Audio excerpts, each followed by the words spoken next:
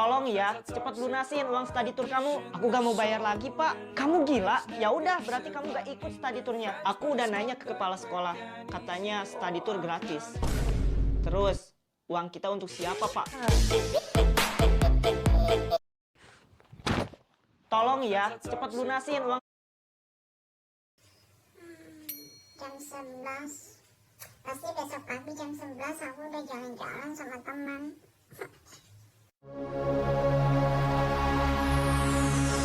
Ada tas baru. Nantinya pisang-pisang. Gak sabar banget.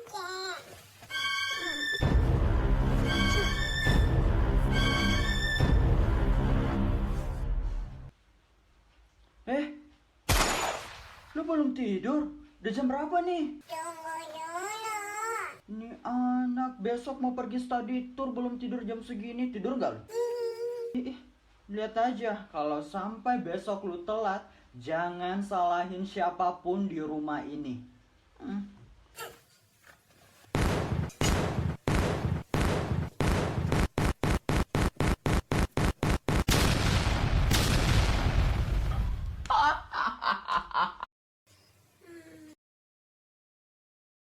Tipe-tipe murid saat perjalanan di bis. 1. Tipe polos gak aneh-aneh. 2. Tipe HP-an terus, main game terus. 3. Tipe sahabat minyak kayu putih, takut mabok. 4. Tipe lemes, anti bis sebenarnya nih. Kasihan. 5. Tim kece dan suka ngemil. 6. Tipe madep jendela, mungkin mau survei jalan kali. 7. Tipe suka konser, calon diva nih kayaknya. 8. Tipe meraih mimpi, hebat nih anak. 9. Tipe laporan ke mama, biar aman. 10. Tipe pak guru yang pusing ditanya, kapan nikah? Hehe. Tipe-tipe murid saat perjalanan.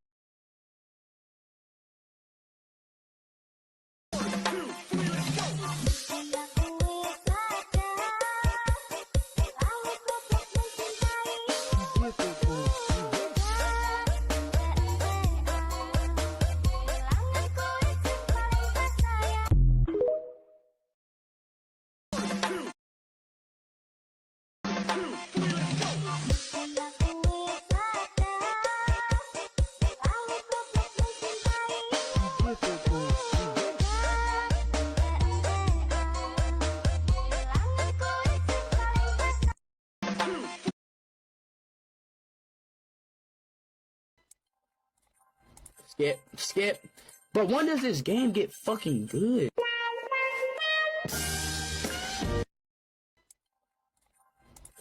Skip. But when does this game get fucking good?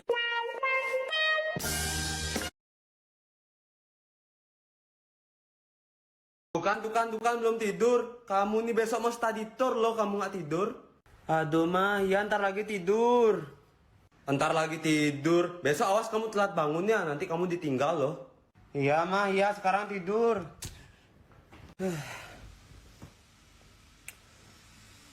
Nggak sabar banget besok aku mau study tour.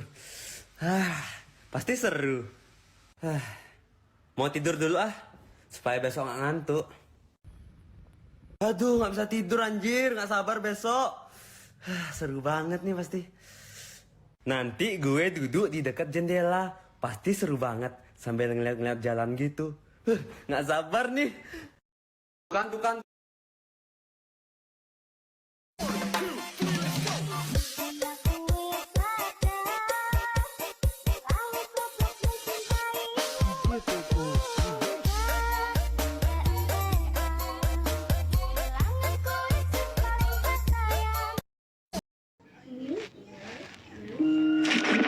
Pak, Bapak nyium bau nggak enak nggak sih Pak?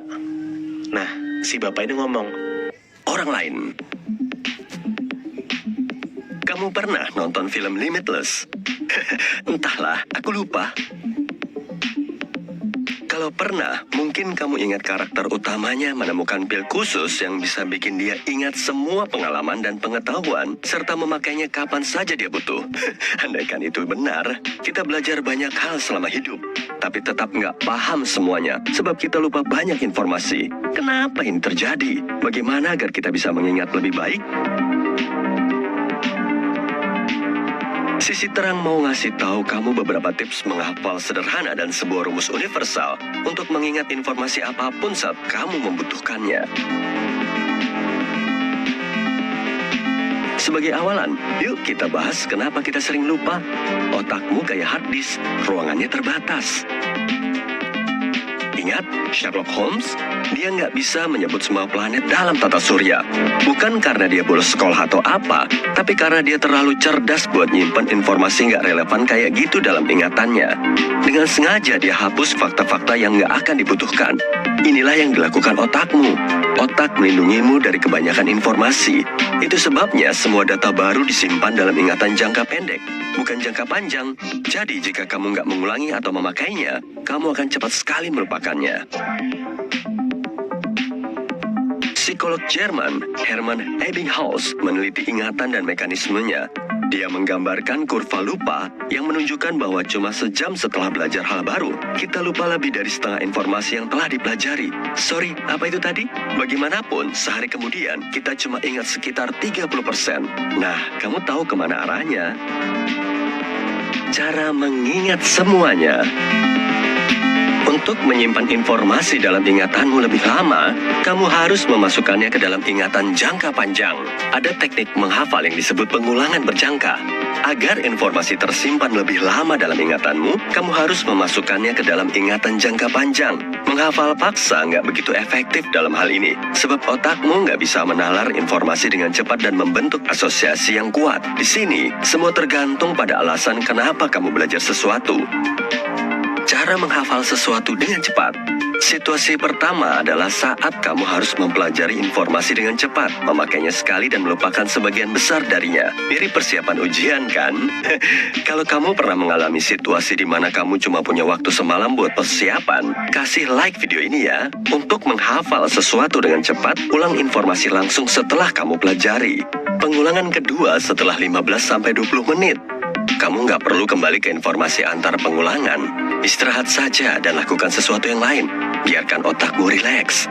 Ulangi materi ketiga kalinya setelah 6-8 jam. Dan kamu harus mengulang untuk terakhir kalinya 24 jam setelah kontak pertama dengan informasi ini. Coba metode ini kalau kamu harus menghafal sesuatu dengan cepat dan beritahu kami hasilnya dalam komentar ya. Jangan lupa. Cara mengingat sesuatu untuk jangka panjang. Jika kamu ingin mengingat informasi untuk jangka panjang, kamu harus memperpanjang periode menghafal. Inilah rencana hafalan itu. Pengulangan pertama harus setelah belajar, seperti halnya dalam teknik sebelumnya. Ulangi materi itu setelah 20-30 menit. Dan di sini ada perbedaan. Pengulangan ketiga harus dilakukan setelah sehari. Yang berikutnya setelah 2-3 minggu. Dan putaran terakhir setelah 2-3 bulan. Dengan begini, kamu bisa mempelajari sesuatu dalam jangka waktu yang sangat lama. Sebab otak berpikir jika kamu kembali ke informasi itu, artinya informasi itu penting, jadi nggak dihapus. Nah, inilah 11 tips sederhana yang akan bantu kamu mengingat informasi dengan lebih mudah dan cepat. Kita mulai dari nomor 11. Coba pahami apa yang kamu pelajari. Mungkin kamu tahu gimana rasanya belajar sesuatu tapi nggak memahami informasinya. Biasanya pembelajaran kayak gitu akan berubah jadi mimpi buruk. Sebab ini kayak belajar puisi tanpa sajak. Hal buruk lain terkait belajar sesuatu yang nggak kamu pahami adalah jika lupa bagian tertentu, kamu tak akan bisa melanjutkan. Sebab cuma hafal urutan katanya, bukan arti sebenarnya. Itu sebabnya cara ini nggak kami rekomendasikan. Yang harus kamu lakukan adalah membaca seluruh informasi dan memahami apa poin utamanya atau poin-poinnya. Coba ceritakan lagi apa yang sudah kamu baca dengan kata-katamu sendiri. Lakukan ini sesimpel mungkin. Jika berhasil, artinya kamu mengerti informasi itu dan menghafal detailnya akan jauh lebih mudah. 10. Pelajari informasi yang paling diperlukan. Kalau merasa materi yang harus kamu pelajari terlalu banyak, tentukan prioritas dengan tepat. Tentukan apa yang harus kamu tahu dan yang tidak masalah jika ditinggalkan. Setelah itu, fokus pada bagian-bagian kunci dari yang harus kamu hafal. Jika kamu ada waktu untuk informasi yang kurang penting, bagus. Kamu makan apa? Boleh minta? Come again? Nih, aku datang. Sekarang bagi aku. Come again? Aku datang. 9. Efek posisi serial. Bukan, ini bukan pas kamu naruh serealmu di sebelah kanan kok. Ketika mempelajari hal baru, ingat ini. Hal-hal yang berada di bagian awal dan akhir paling mudah dihafal. Manfaatkan efek ini sebaik-baiknya. Pilah informasinya, sehingga bagian-bagian kunci berada di awal dan akhir. 8. Teori gangguan. Alihkan perhatianmu dari satu topik ke topik lain, dari satu aktivitas ke aktivitas lain. Misalnya, kamu menyiapkan pidato. Kamu telah mempelajari teksnya selama 15 menit. Saatnya istirahat. Istirahatlah tiap 15-20 menit. Karena inilah periode perhatian paling fokus dan orang biasanya berhenti bersikap jeli. Jadi hal terbaik yang bisa kamu lakukan adalah beralih ke sesuatu yang sama sekali lain. Kayak main gitar atau nonton video sisi terang. Satu hal lain yang kamu harus berhati-hati adalah pelajari informasi serupa. Teori gangguan menyatakan bahwa informasi serupa bisa campur aduk dan jadi berantakan. Karena itu, jika kamu tahu mau belajar sesuatu yang mirip, meskipun cuma sedikit dengan yang telah kamu pelajari, kami anjurkan untuk istirahat lama sebelum memulai hal yang baru. 7. Pelajari hal-hal yang berlawanan. Lawan kata adalah pasangan yang mudah diingat. Misalnya, jika kamu sedang belajar bahasa baru, hafalkan siang dan malam bersama. Dengan begini,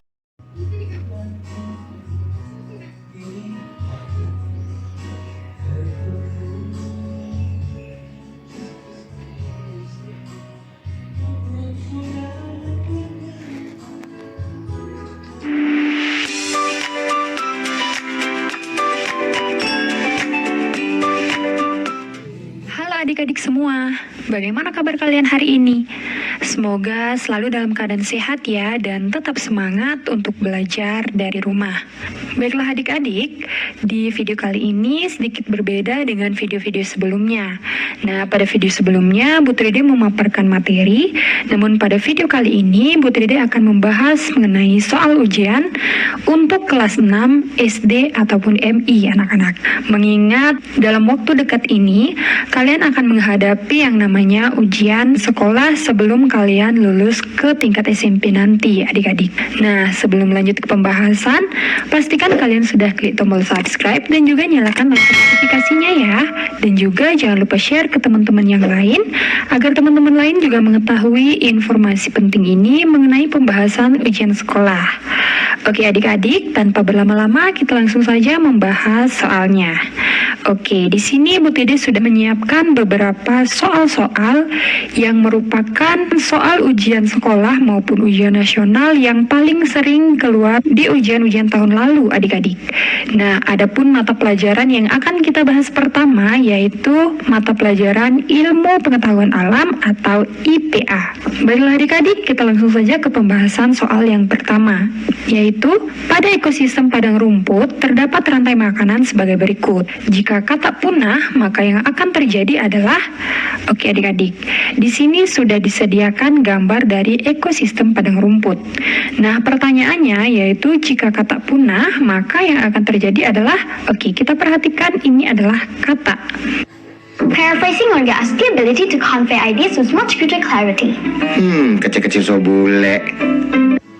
Nah, maka yang akan terjadi adalah, oke, kita perhatikan ini adalah kata. Nah, makanannya apa? Menguntungkan bagi si anggrek. Yang mana di antara opsi jawaban yang paling tepat adalah jika kata punah, maka belalang berkembang pesat, sedangkan ular akan menjadi punah. Nah, jawaban yang paling tepat itu adalah yang C. Oke, jadi seperti itu anak-anak. Kemudian kita lanjutkan ke soal yang nomor 2. Parasitisme. Nah, Jadi itu tidak baik.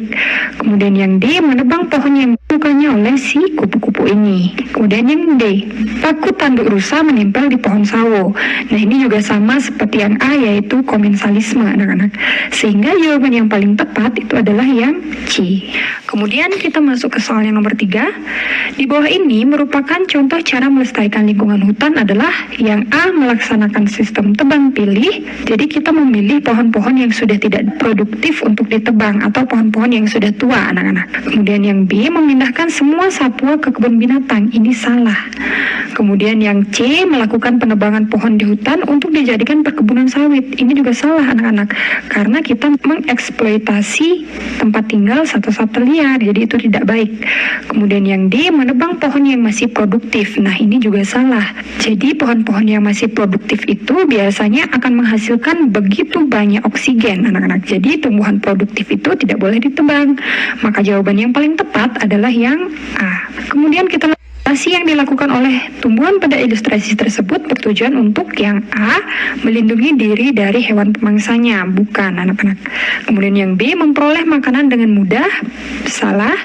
Yang C, bertahan hidup pada lingkungan. Nah jadi dari kata kunci yang sudah kita garis bawah ini, maka kesimpulan yang dapat kita peroleh yaitu tujuan dari adaptasi tumbuhan ini yaitu untuk mempertahankan hidupnya pada lingkungan anak-anak. Sehingga jawaban yang paling tepat itu adalah yang C. Kemudian kita lanjut ke soal yang nomor 5. Ular menjulur-julurkan lidahnya dengan seperti pada gambar adalah kita garis bawah ini, maka kesimpulan yang dapat kita peroleh yaitu tujuan dari adaptasi tumbuhan ini yaitu untuk mempertahankan hidupnya pada lingkungan anak-anak. Sehingga jawaban yang paling tepat itu adalah yang C. Kemudian kita lanjut ke soal yang nomor 5. Ular menjulur-julurkan lidahnya dengan tujuan titik-titik. Yang pertama, yang option A, menakuti musuh, salah.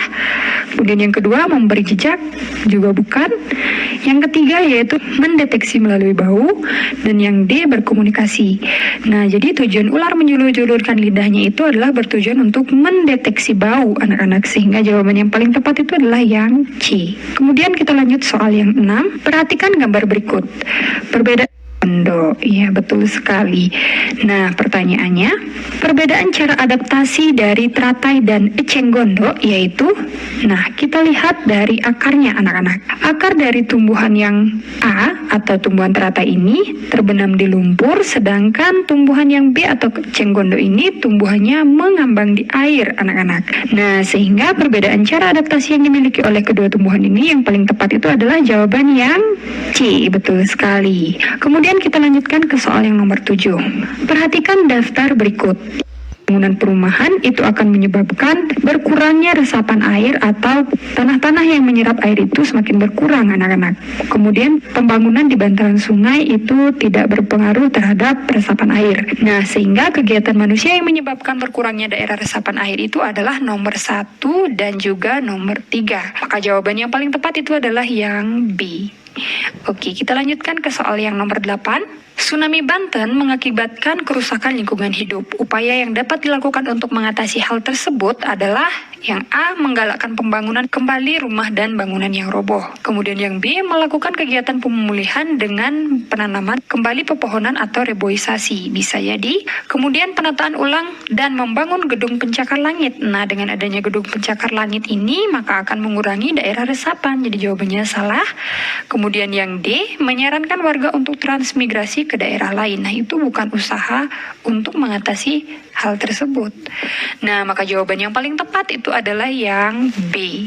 Kemudian nomor 9, dan jangkrik. Nah, tomcat menggunakan kulit dan juga paru-paru anak-anak. Maka jawaban yang paling tepat itu adalah yang C. Kemudian kita lanjutkan ke soal yang ke-10.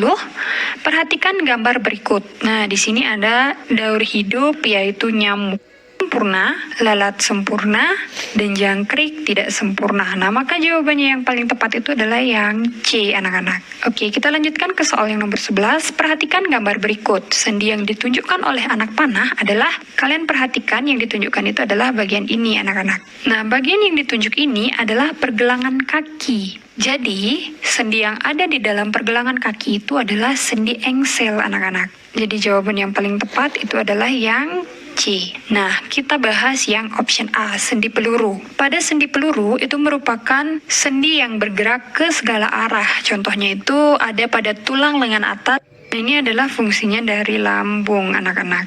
Sehingga jawaban yang paling tepat itu adalah yang D. Nah, di mana? Oke, itu adalah ciri dari pubertas laki-laki.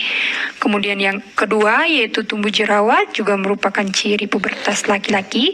Pinggul membesar itu adalah ciri pubertas perempuan.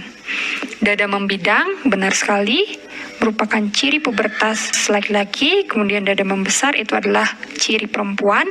Tumbuh rambut di area tertentu. Nah, itu juga benar anak-anak.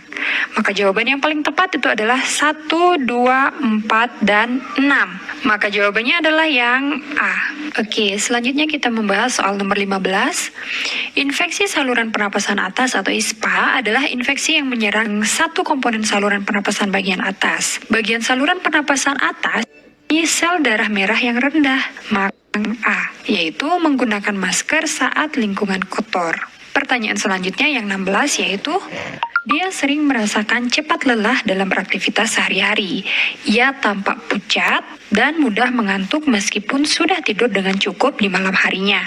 Setelah diperiksakan ke dokter, ternyata sel darah merahnya rendah. Nah, cara yang bisa dilakukan untuk menghindari penyakit seperti yang dialami oleh Dea adalah, oke, di sini kita sudah mendapat kata kuncinya anak-anak, yaitu wajahnya tampak pucat dan juga mudah mengantuk meskipun sudah tidur. Kemudian ternyata si Dea ini mengalami sel darah merah yang rendah.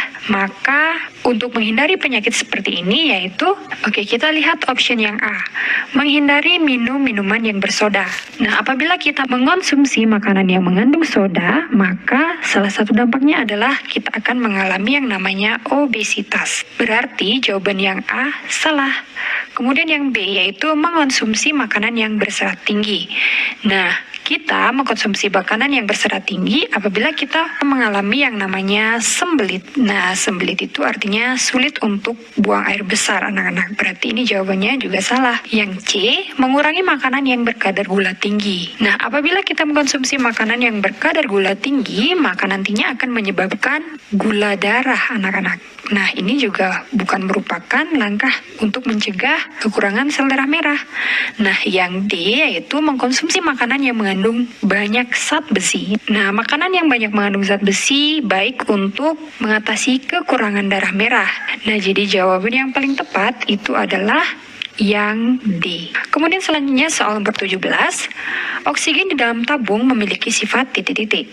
Nah, yang ditanyakan di sini adalah sifat dari benda gas anak-anak. Yang A, mengalir ke tempat yang rendah, ini adalah sifat dari benda cair. Kemudian yang B, menekan ke segala arah, kemungkinan jawaban benar. Yang C yaitu volume tetap. Nah, volume tetap ini adalah ciri dari benda padat anak-anak. Kemudian yang D, bentuk tetap, itu juga merupakan ciri dari benda padat. Sehingga jawaban yang paling tepat mengenai sifat dari benda gas yaitu menekan ke segala arah. Jawabannya adalah B. Kemudian lem cair penyambung pipa dibiarkan akan mengeras. Nah, ini merupakan contoh perubahan wujud sehingga es yang berada di atas benda A itu lebih cepat mencair anak-anak. Di dalam gelas itu mencair. Berarti yang option B salah. Kemudian yang C, menjemur pakaian basah itu merupakan soal-soal terbaru dari channel ini. Baiklah anak-anak, akhir kata Putri Dea ucapkan terima kasih dan sampai jumpa pada video selanjutnya.